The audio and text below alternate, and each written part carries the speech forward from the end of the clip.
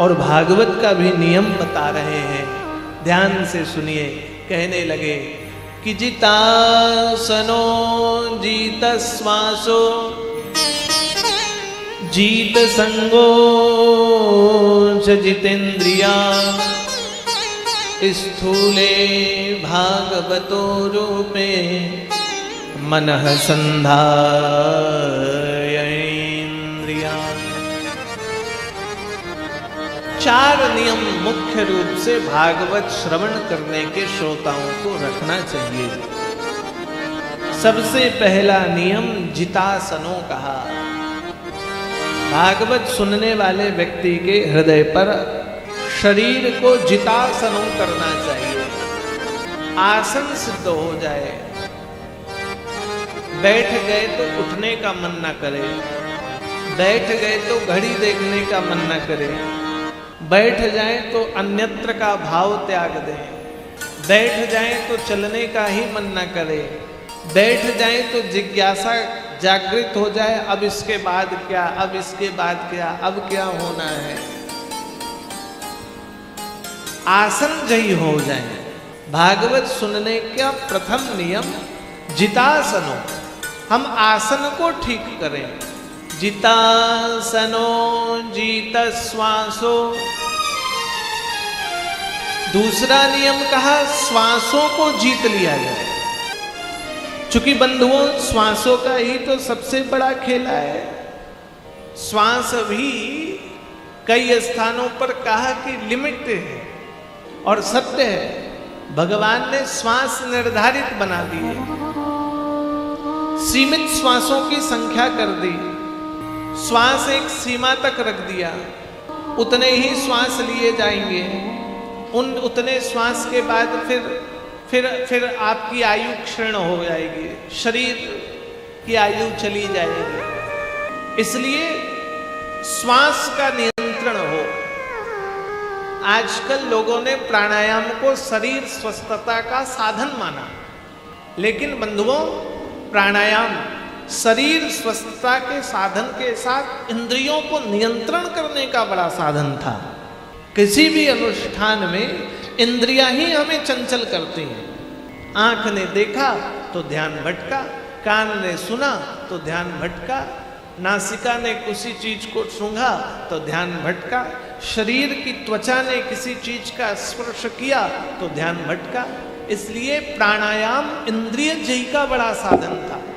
वो पांचों कर्मेंद्रियां, पांचों ज्ञानेंद्रियां, मन और बुद्धि, इनका नियंत्रण प्राणायाम करता था।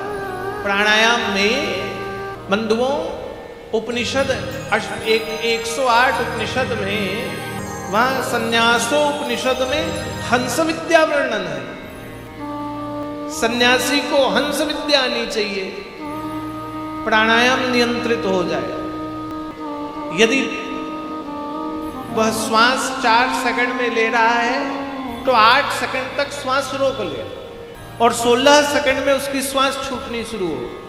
यह हंस विद्या का बड़ा जटिल साधन। गुफाओं पर रहने वाले योगी, यति, सन्यासी, गंगोत्री आदि जैसे हिमालय पर मैंने देखा महात्मा प्राणायाम का साधन कर रहे हैं। बर्फ में भी दिगंबर हैं, अल्प भोजन करके जीवित हैं। आप लोगों को अभी पता चल गया कि नहीं पता, वो अपने नर्मदा जी की परिक्रमा लगाते हैं।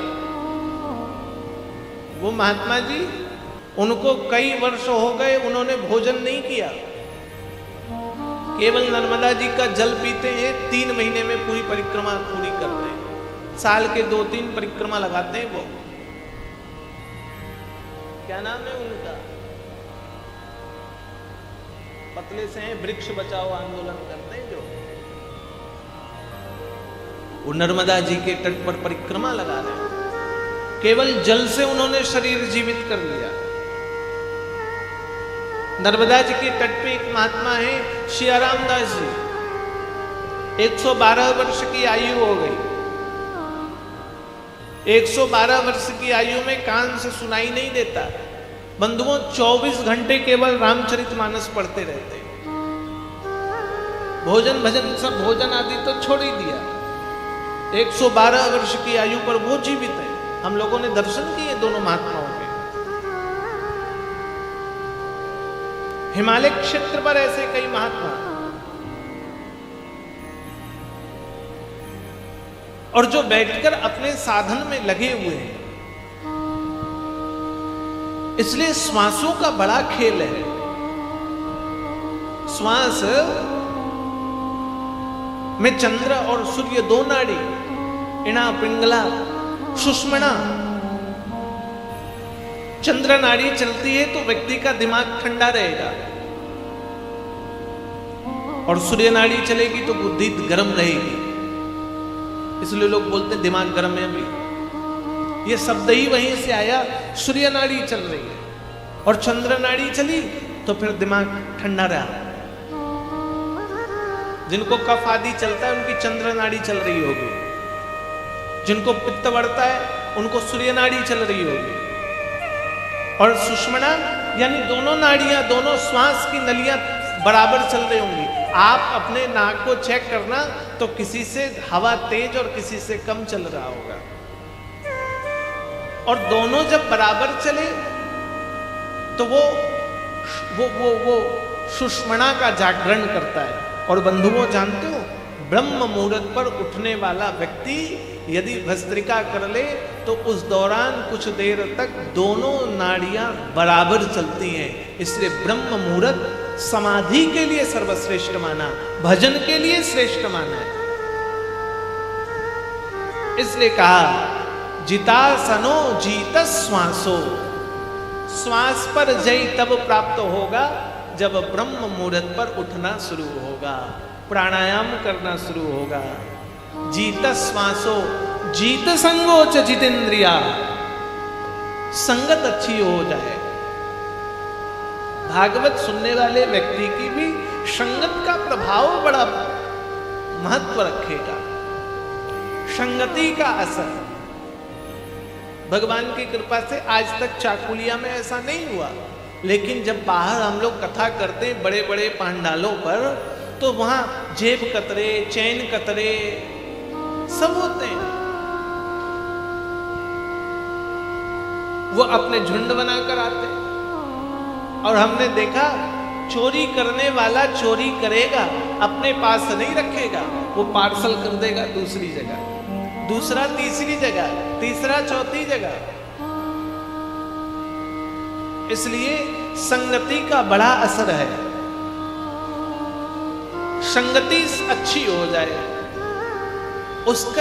उसकी व्यवस्था आपको बनानी होगी। बंधुओं, लोग कहते हैं महाराज जी आशीर्वाद दो। हम संत से आशीर्वाद क्यों लेते हैं? दो कारण। एक, संत की संगति अच्छी है। दूसरा, संत नेगेटिव नहीं सोचता है। आप अपनी संगति अच्छी कर लें और आप अपनी नेगेटिविटी को खत्म कर दें। हमेशा अच्छा सोचें, कभी भी निराशावादी ना बने, आशा का जागरण भी ना हो। हम किसी पर आशा रखेंगे तो निराशा होगी, आशा का त्याग दें, निराशा समाप्त हो जाएगी। अपेक्षा छोड़ दें तो दुख समाप्त हो जाएगा, और दुख नहीं है तो प्रसन्नता है, और संत दुखी नहीं होता है। संसार की उलझनों पर दुखी होना जीव का लक्षण नहीं है, देह लक्षण है, जीव लक्षण नहीं। इसलिए कहा संगति सुधारें। जितासनो जीत श्वासो जीत संगोच जितेंद्रिया। बंधुओं, जब यह तीनों हो जाएंगे तो जीव जितेंद्रिय हो जाएगा। प्राणायाम से जितेंद्रिय होगा, संगति से जितेंद्रिय होगा, और आसन से जितेंद्रिय होगा। इंद्रियां आपके नियंत्रण पर आ जाए। आंख बंद भी हो जाए तो कथा सुनाई दे रही हो,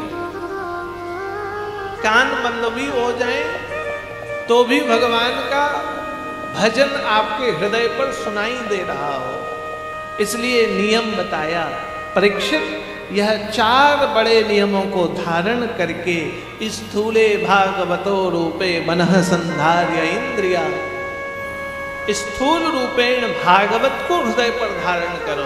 भागवत मतलब स्वयं भगवान। किसको धारण करें हृदय पर?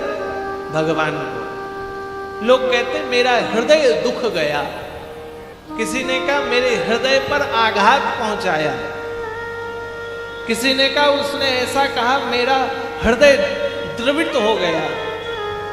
यानी हमने हृदय पर भगवान को नहीं बैठाया, हृदय पर उसकी वाणी बैठाई, हृदय पर उस व्यवस्था को बैठाया। यहां क्या कहा?